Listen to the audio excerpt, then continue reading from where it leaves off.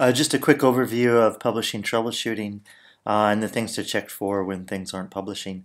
So the first thing when you're working in the Dynamic Portal is you want to look at your templating diagnostic on your delivery side, just to make sure that the templating directories are available and that we're actually configuring Tomcat to listen to the correct stage resources. So here you can see in the VGN test that we have successful test. But the really important thing is that we see the CFG properties file and we're looking at the correct one. So you look at this path just to make sure that we're looking at the correct file. And that's the path configured for the DPM delivery stage. And then you can scroll down and you can look at this piece of information, which confirms that the cache directory is also writable, so that when we're delivering the cache fragments to Tomcat, that we're sending them to the right place as well. So they'll initially get delivered here. Those are the objects, and then those objects get instantiated through a listener in Tomcat's heap memory. And you can also see the maximum number of memory cache, the size of the cache table, and stuff like that.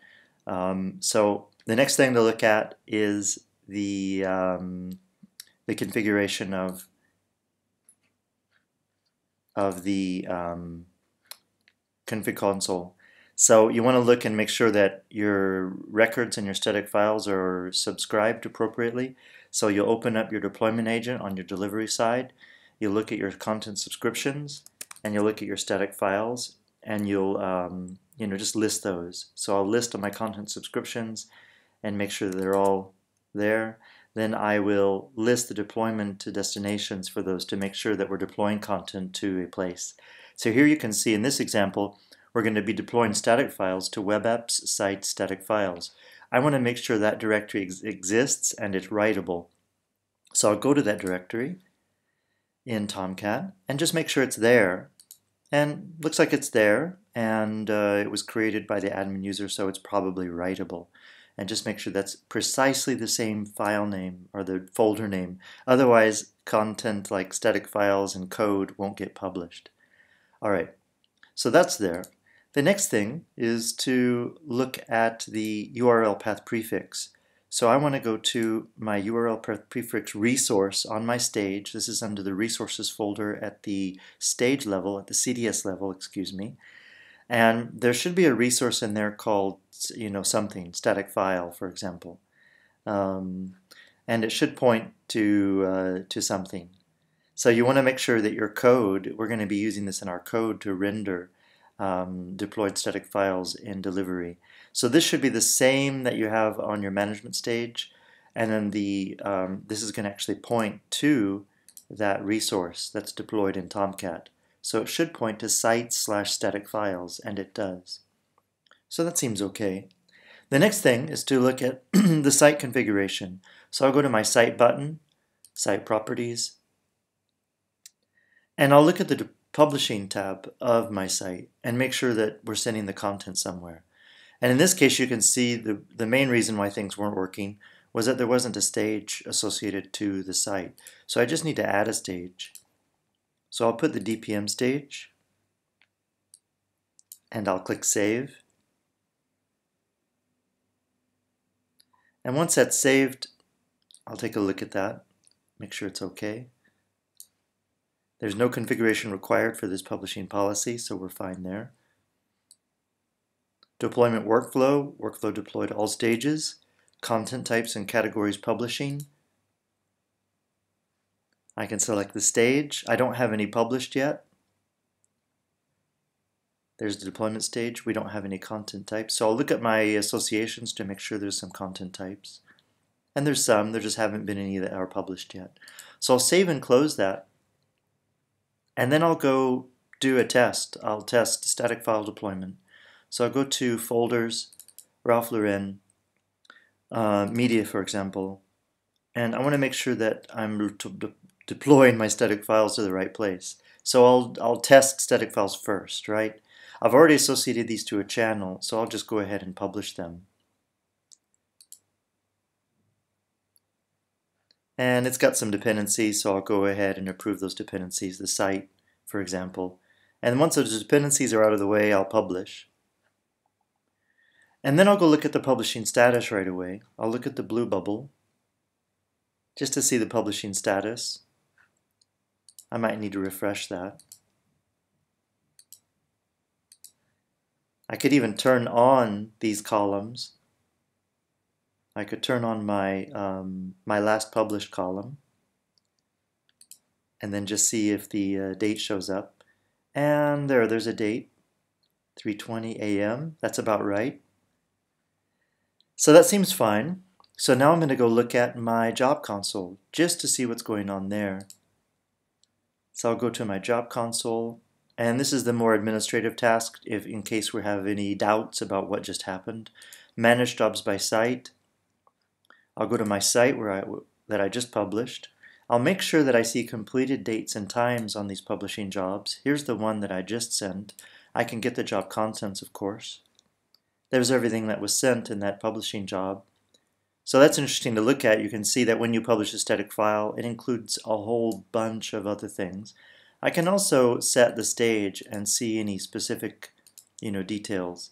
And it looks like everything is fine for that stage. And then we'll go look at that file system to see if it actually deployed content to the right place. So I'll go to C, my DPM, Web Apps, Sites, Static Files, and see if it actually deployed anything. And it looks like it did, deployed a directory. That's good. There's my media folder, and there's my 2 static files. So that seems okay. So it looks like everything is publishing. So once I've validated something simple like that, I'll go ahead and validate the templates as well. And usually the best way to do this, there's best practice when you're getting up a site running in the first stages, is you're going to go ahead and manually publish the entire site itself. So I'll go into my site button, and I'll go ahead and approve the site and publish it.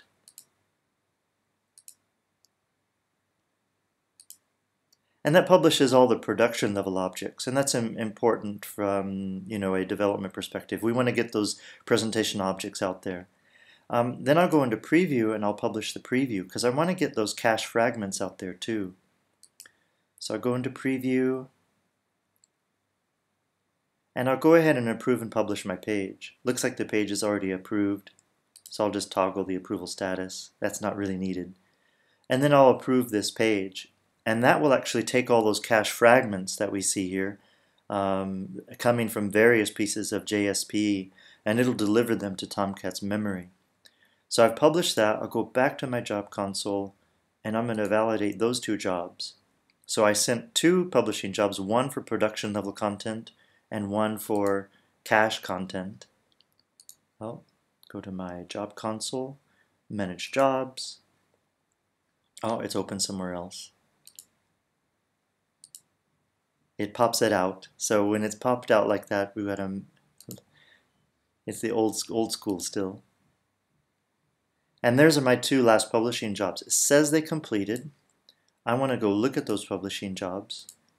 Get job contents. You can see again the same objects, a little bit different because it has all the layouts now. The page layouts, the display views, the components, a little bit different than what we saw before in the production level job. Looks like everything is fine. And I could see exclusion reports as well. So I'm going to look at all stages.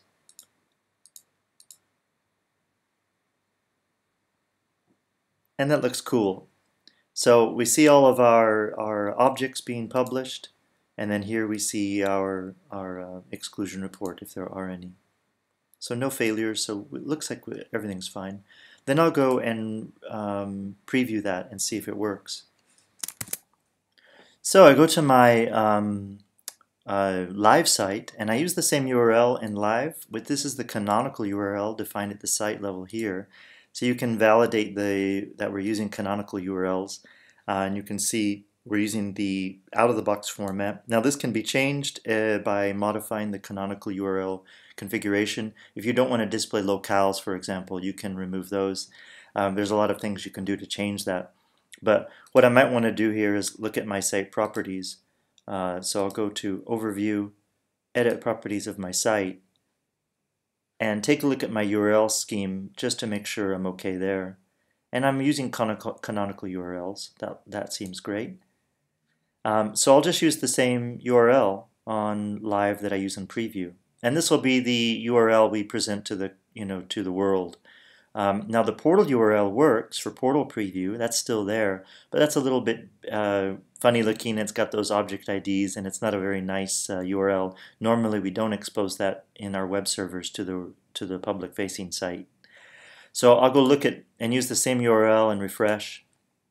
And you can see I'm getting the content now. I see a text component and I see a channel, but we're missing a few things. Looks like the page layout is there, but we're missing a bunch of stuff. So we just compare what we have on preview with what we have in production, and you can see the reason for that. We're missing our style sheet. We're missing a lot of things that we need to make our site look nice on the live site. So how do we fix that? Well, I can just copy these over. I can just Control A, Control C, Control V, and then refresh the page to see if that resolves the problem. And that seems to help quite a bit. Now I can see my style sheet. So that's a good sign, and that's where we want to be right now. There's another solution to this. If you don't want to be copying these things back and forth, you can automate that in Ant or Maven so that we deploy those to the other location automatically. Or we use a shared location. Or even better yet, we encapsulate those files into our presentation objects and we deploy them to our static file resource. What I mean by that is in your workspace, this is another approach to take, and some people like this and some people don't. You can simply go to your presentation objects and then add those files directly to the object so that when you publish, you actually publish those files to the right place. So for example, my page layout for Ralph Lauren, you can, instead of using a JSP URL, and that works fine, you don't have to do that. You can just go to Files and add that JSP here.